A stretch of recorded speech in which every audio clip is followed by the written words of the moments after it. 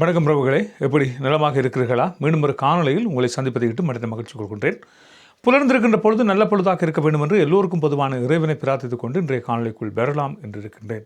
இன்றைக்கும் பல பேசு பொருட்கள் இருக்கின்றன. அவைகள் தொடர்பாகத்தான் பேச போகிறோம். கோத்தபாய ராஜபக்ச விசாரணைக்கு அழைக்கப்பட்டிருந்தார். இந்த விசாரணையில் என்ன இடம்பெற்றிருக்கிறது?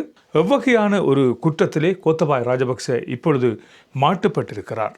இவர் இந்த சிக்கலிலிருந்து தப்பிக்கொள்வாரா என்பது தொடர்பாகத்தான் இன்றைக்கு நாங்கள் ஆராயப் போகிறோம். வாருங்கள், முழுமையான காணொளிக்குள் செல்வோம்.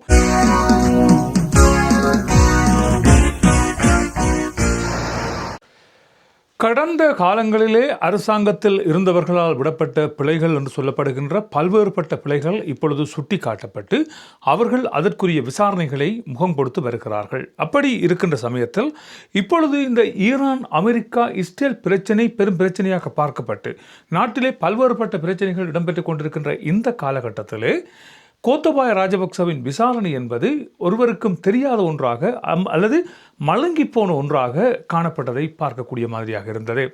என்ன வகையான குற்றத்துக்காக இவர் விசாரணைக்கு அழைக்கப்பட்டிருந்தார் என்பது பல்வேறுபட்ட விமர்சனங்களை எழுப்பியிருந்தாலும் கூட இவர் பாதுகாப்பு அமைச்சின் செயலாளராகவும் நகர அபிவிருத்தி அமைச்சின் செயலாளராகவும் இருந்த காலகட்டத்திலே 53 வீட்டு திட்டங்களை இவர் தகுதி அற்றவர்களுக்கு வழங்கியிருக்கிறார் என்பது கணக்காய்வு அறிக்கையிலே கண்டுபிடிக்கப்பட்டதன் அடிப்படையிலே தான் இவர் விசாரணைக்கு உட்படுத்தப்பட்டார் என்று தெரிவிக்கப்படுகிறது. அது மாத்திரம் அல்லாமல் ஒருவருக்கு ஒரு வீடுதான் அந்த திட்டத்திலே வழங்கப்பட்டு வந்தது. ஒரு நபரை அழைத்து என்ன செய்திருக்கிறார் என்று சொன்னால், ஓகே, உமக்கு 2 வீடுதாரன், உனக்கு 3 வீடுதாரன், உனக்கு 4 வீடுதாரன் என்று சொல்லி அவர்கள் ஏதோ ஒரு ஒப்பந்தத்தின் அடிப்படையிலே அவர்களுக்கு அந்த வீடுகள் வழங்கப்பட்டிருப்பது கணக்காய்வு அறிக்கையிலே இப்பொழுது கண்டுபிடிக்கப்பட்டிருக்கிறது. ஒருவருக்கு 2 வீடுகள் பெற்றவர்கள் 171 பேராகவும் 3 வீடுகள் பெற்றவர்கள் 12 பேராகவும் இதிலே காணப்பட்டிருக்கிறார்கள். மொத்தமாக 201 வீடுகள் எந்த விதமான திட்ட வரைவுமற்று வழங்கப்பட்டிருப்பது இப்பொழுது கண்டுபிடிக்கப்பட்டிருக்கிறது. இவற்றின் அடிப்படையில் தான் இவர் விசாரணைக்கு அழைக்கப்பட்டிருக்கிறார் என்று தெரிவிக்கப்பட்டிருக்கிறது. ஏதோ ஒரு அரசியல் லாபத்துக்காக அரசாங்கத்தின் சொத்துக்களை இவர் வீண் பிரியம் செய்திருக்கிறார் என்பதன் அடிப்படையிலே தான் இந்த விசாரணை இடம்பெற்றிருக்கிறது. இதனால் அரசாங்கத்துக்கு பாரிய நட்டமே ஒழிய இதனால் கோத்தபாய கும்பல்கள் மிகுந்த லாபம் அடைந்திருக்கிறார்கள் என்று சொல்லப்படுகிறது.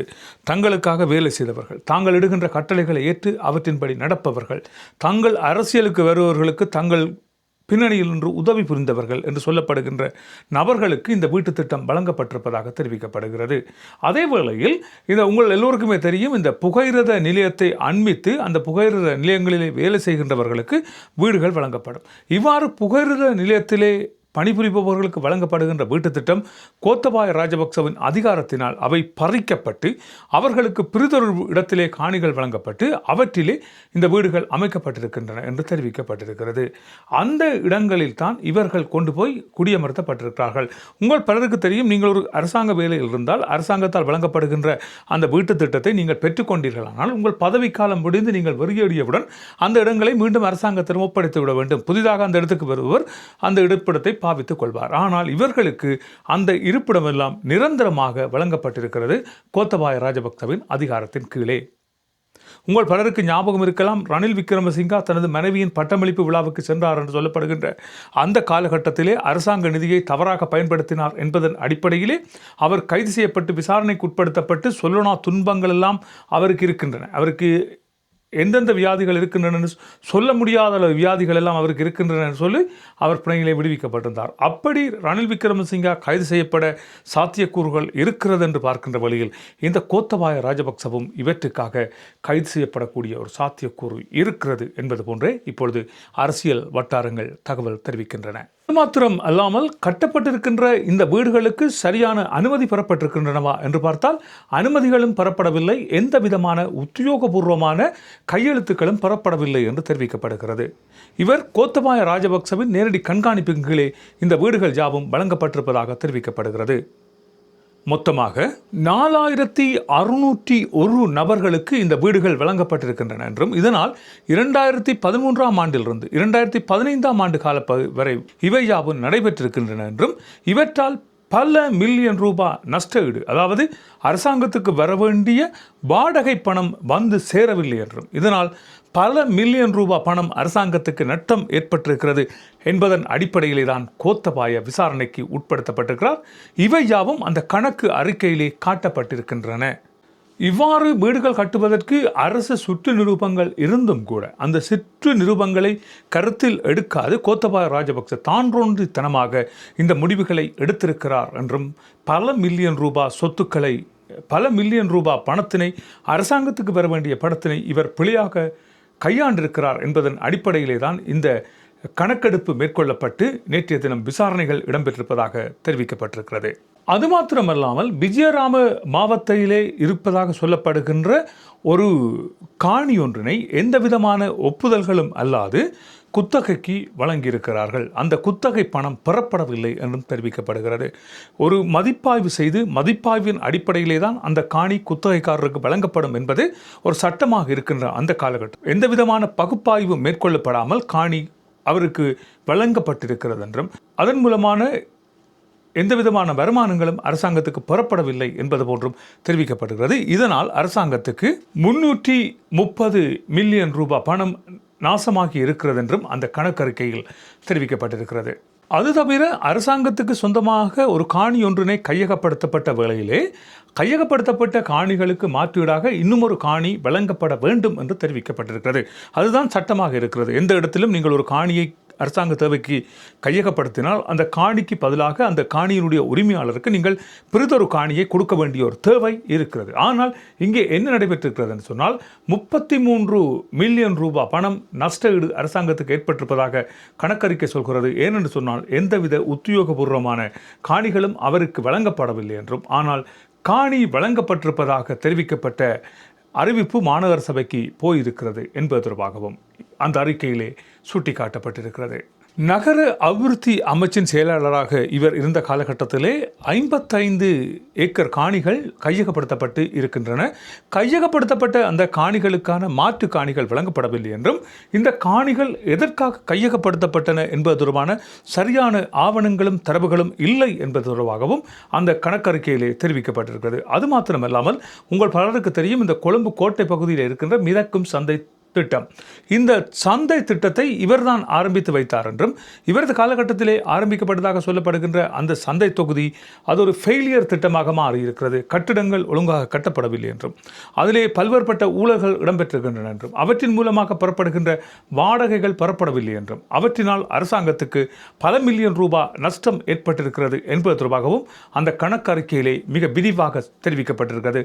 பலர் நினைத்துக் கொண்டிருக்கிறார்கள் கோத்தபாய ராஜபக்ச ஒரே ஒரு திட்டத்துக்கு இந்த 58 வீட்டு திட்டத்துக்கு மட்டும்தான் இவர் இப்பொழுது விசாரணைக்கு உட்படுத்தப்பட்டிருக்கிறார் என்று பார்த்தால் நீண்டதொரு பட்டியல் அவரின் பால் இப்பொழுது இருக்கின்றன.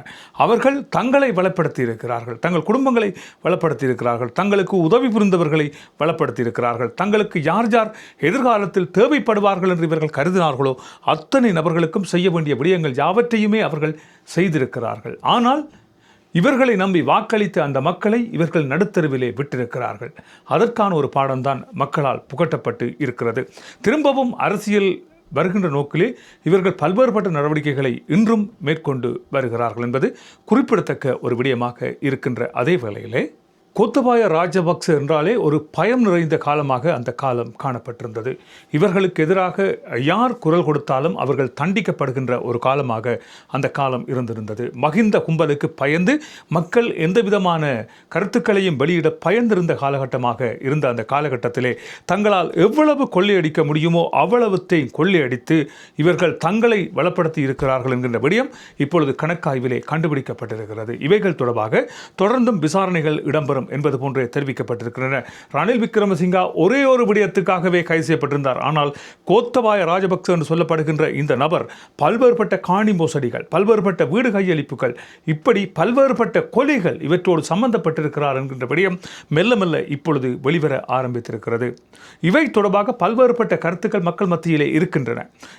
இவற்றில் பாதிக்கப்பட்டவராக நீங்கள் கூட இருக்கலாம். உங்கள் தொடர்பாக நீங்கள் உங்கள் வெளிப்படுத்தல்களை வெளிப்படுத்தப்பட வேண்டும் என்பதாகவே இப்பொழுது இருக்கின்ற அரசாங்கம் கருத்துக்களை முன்வைக்க இருக்கிறது. உங்களுக்கும் இவ்வாறான சம்பவங்கள், உங்கள் காணிகளும் அபகரிக்கப்பட்டிருந்தால், அதாவது இந்த காணி அபகரிப்பு மட்டுமே இவரது விசாரணையில் இப்பொழுது இடம்பெற்றிருக்கின்றன. இன்னும் என்னென்ன விசாரணைகள் இவர் மீது இடம்பெறப் போகின்றன என்பதை நாங்கள் பொறுத்திருந்து பார்க்கப்பட வேண்டிய ஒரு தேவை இருக்கிறது. இவ்வாறு நாட்டை வளப்படுத்த இவரிடம் ஒப்படைக்கப்பட்ட நாடும் பலமாக இல்லை, மக்களும் நலமாக இல்லை. இறுதியாக 2019ஆம் ஆண்டு பெரும் கூச்சல் குழப்பங்களோடு பெரும் எதிர்பார்ப்போடு அரியணை ஏறிய கோத்தபாய ராஜபக்ச இந்த நாட்டையும் காப்பாற்றவில்லை, தன்னையும் காப்பாற்றாமல் நாட்டை வங்குரோத்துக்கு கொண்டு வந்து நடுத்தருவில் மக்களை விட்டுவிட்டு தப்பியோடிய ஒரு சம்பவம் தான் இவரால் இடம்பெற்றது என்பதை நாங்கள் எல்லோரும் மறந்துவிடவில்லை. எனவே காலம் கடந்து சில உண்மைகள் வெளிப்பட இப்பொழுது தொடங்கி இருக்கின்றன. மக்களும் நீங்கள் பாதிக்கப்பட்டிருந்தால் துணிவாக வந்து இவர் தொடர்பான குற்றப்பத்திரிகைகளை நீங்கள் தாக்கல் செய்யலாம், இவர் தொடர்பாக நீங்கள் ஒரு வழக்கு ஒன்றினை தாக்கல் செய்யலாம் என்றும் தெரிவிக்கப்பட்டிருக்கிறது. நல்லது உறவுகளே, குற்றம் செய்தவர்கள் தண்டிக்கப்பட வேண்டும் என்று தெரிவித்துக் கொண்டு நாட்டிலே அமைதி நிலாவ அனைவரும் பிரார்த்திப்போம் என்று கூறி மற்றொரு காணொளியில் உங்களை சந்திக்கலாம். அதுவரை அன்பு வணக்கங்களை கூறி விடைபெறுகிறேன். நன்றி, வணக்கம்.